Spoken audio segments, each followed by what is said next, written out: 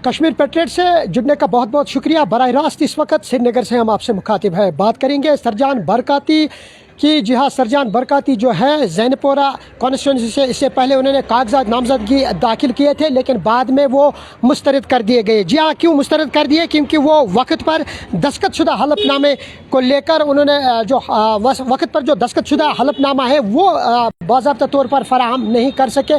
और बताया ये जा रहा है कि कहीं न कहीं उनके घर वालों के ज़राए से ये पता चला है कि सरजान बरकाती जो है वो उमर अब्दुल्ला के ही कॉन्स्टिट्यूंसी में इंतखाब लड़ते हुए नज़र आ रहे हैं। यानी कि गांधरबल कॉन्स्टिट्यूंसी की अगर हम बात करेंगे तो गांधरबल कॉन्स्टिट्यूंसी से वो इंतखाबात लड़ते हुए नज़र आएंगे। वही अगर हम गांधरबल कॉन्स्टिट्यूंसी की बात करें तो पिछले कई दहाइयों से गांधरबल कॉन्स्टिट्यूंसी पर अब्दुल्ला फैमिली का कब्जा रहा। यानी कि 3 पुश्तें उस कॉन्स्टिट्यूंसी पर लड़ती आई है, जिसमें से शेख अब्दुल्ला, फारूक अब्दुल्ला और उसके बाद उमर अब्दुल्ला। अगरचे 2008 में उमर अब्दुल्ला ने जीत भी दर्ज की। जी हाँ, अगरचे 2008 में उमर अब्दुल्ला ने इस निशस्त पर यानी अपनी निशस्त पर जिस पर वो अब दोबारा असेंबली इंतखाबात 2024 लड़ते हुए नजर आएंगे, उन्होंने 2008 में जीत भी दर्ज किया। बात करेंगे सरजान बरकाती की। जी हाँ, सरजान बरकाती जो जब 2016 में यहाँ एक बुरहान वानी को जब यहाँ पर मारा गया था, तो उस वक्त सरजान बरकाती की अगर हम बात करें तो सरजान बरकाती अपने उन नारों में बहुत ज़्यादा मकबूल और मशहूर हुए, जिसमें अभी भी लोग जो है वो ये कह रहे हैं कि क्या सरजान बरकाती अब उन्हीं चीज़ों को लेकर अब क्या वो इलेक्शन लड़ते हुए नज़र आएंगे। यानी कि जब वो वहाँ पर उस टाइम वो नारा देते हैं, हालांकि ज़ैनपोरा की अगर हम बात करें तो ज़ैनपोरा कॉन्स्टिट्यूंसी से जो उन्होंने कागजात नामजदगी दाखिल किए थे, तो उनकी बेटी सगरा जो बहुत छोटी है, सगरा बरकाती ने अपने वालिद को लेकर लोगों से अपील भी की थी कि मेरे बाबा के हक़ में आप वोट डालिएगा, और उसके साथ साथ और भी कुछ लोग मौजूद थे। लेकिन आज उनके ज़राए से, उनके घर वालों के ज़राए से ये पता चला है कि वो गांधरबल कॉन्स्टिट्यूंसी में ज़रूर हिस्सा लेंगे। और हालांकि बरकाती जो है वो इस वक्त श्रीनगर के एक सेंट्रल जेल में बंद भी है, और बहुत सालों से, यानी कि अगर हम बात करें 2016 में भी उनको 2016 अक्टूबर में उनको जेल भर दिया गया था, लेकिन 2018 के बाद उनको फिर रिहा किया गया।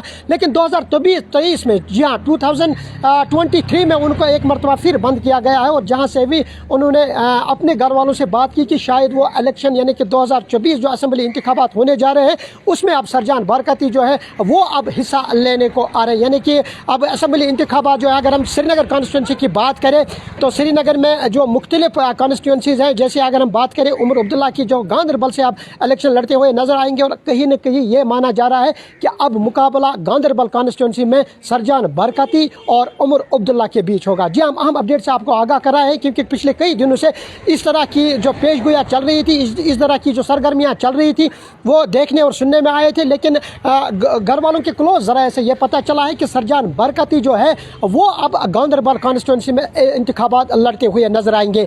वही सरजान बरकाती की बात करें, जिस तरह मैंने कहा कि जब बुरहान वानी को यहाँ पर मारा गया 2016 में, तो 3 महीने तक यहाँ पर अनरेस्ट रहा, यहाँ पर बंद रहा। लेकिन उन 3 महीनों में जिस तरह सरजान बरकाती ने लोगों को अपने नारों के ज़रिए दिल लुभाया और अपने नारों के ज़रिए उन्होंने लोगों को अपने तरफ मायल किया, अब कहीं ना कहीं खासे पॉपुलर हुए थे, खासे रिलीजियस लीडर भी माने जाते हैं सरजान बरकाती। और कहीं न कहीं अब वो इस वक्त सेंट्रल जेल श्रीनगर में बंद है, लेकिन सेंट्रल जेल के बंद होने के बावजूद भी अब वो कहीं न कहीं इलेक्शन में हिस्सा लेना चाहते हैं। जी हाँ, ऐसे बहुत सारे लीडर हैं। अगर इंजीनियर रशीद की बात करें तो इंजीनियर रशीद भी अब जेल से ही वो इंतखाबात लड़ते हुए नजर आए, उसकी पार्टी भी अब खासी सरगर्म है।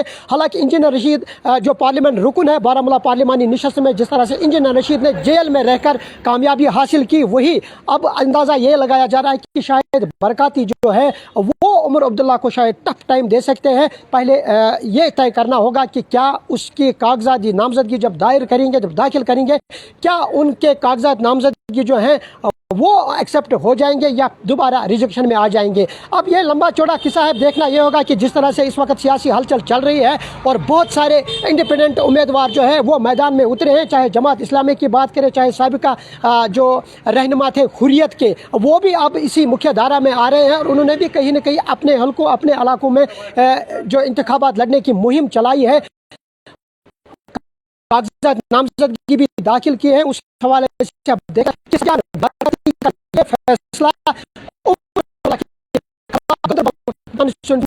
यानी कि वो अब्दुल्ला किला रह चुका है माजी में, आप देख रहे होगा, क्योंकि यहाँ हालात बदलने में देर नहीं लगती है। और जिस तरह से ये इलेक्शन अब होने वाले हैं, इसमें यही अंदाज़ा लगाया जा रहा है कि दबदबा शायद अवामी इत्तेहाद पार्टी का भी हो सकता है, लेकिन कुछ नहीं कह सकते क्योंकि अलायंस भी हो चुका है। खासतौर पर नेशनल कॉन्फ्रेंस कांग्रेस के दरमियान जो अलायंस देखने को मिला है, उसमें से ये अंदाज़ा लगाया जाना है कि शायद जिस तरह से आज कांग्रेस के लीडर राहुल गांधी भी डूरू अनंतनाग में इस वक्त यहाँ पर मौजूद है, यानी कि बीजेपी के लीडरान भी राम माधव, जितेंद्र सिंह, वो भी यहाँ पर मौजूद है। और वो भी माना यह जा रहा है कि वो भी उन कैंडिडेट्स के साथ यहाँ पर देखे जाएंगे कैंपेनिंग के दौरान, ताकि वो उनकी हेल्प करे। इसी तरह से जिस तरह से आज एक दिन के दौरे पर यहाँ आए हुए हैं राहुल गांधी, वो भी डूरू अनंतनाग में एक जलसा था, कैंपेनिंग थी गुलाम अहमद मीर को लेकर, वो वहाँ पर इंतखाबात लड़ते हुए नजर आएंगे। उसके बाद उसे बानिहाल जाना है और देखना ये होगा कि ये जो इनके पार्टी के लीडरान जो बाहर से आ रहे हैं यहाँ पर,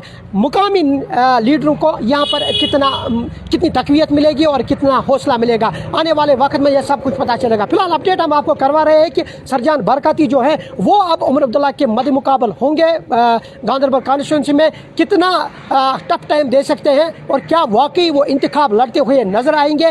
हालांकि उनके घर वालों के ज़राए से ऐसी खबर निकल के सामने आई है, इसमें कितनी सदाकत है, इसमें कितनी सच्चाई है, ये आने वाला वक्त बताएगा।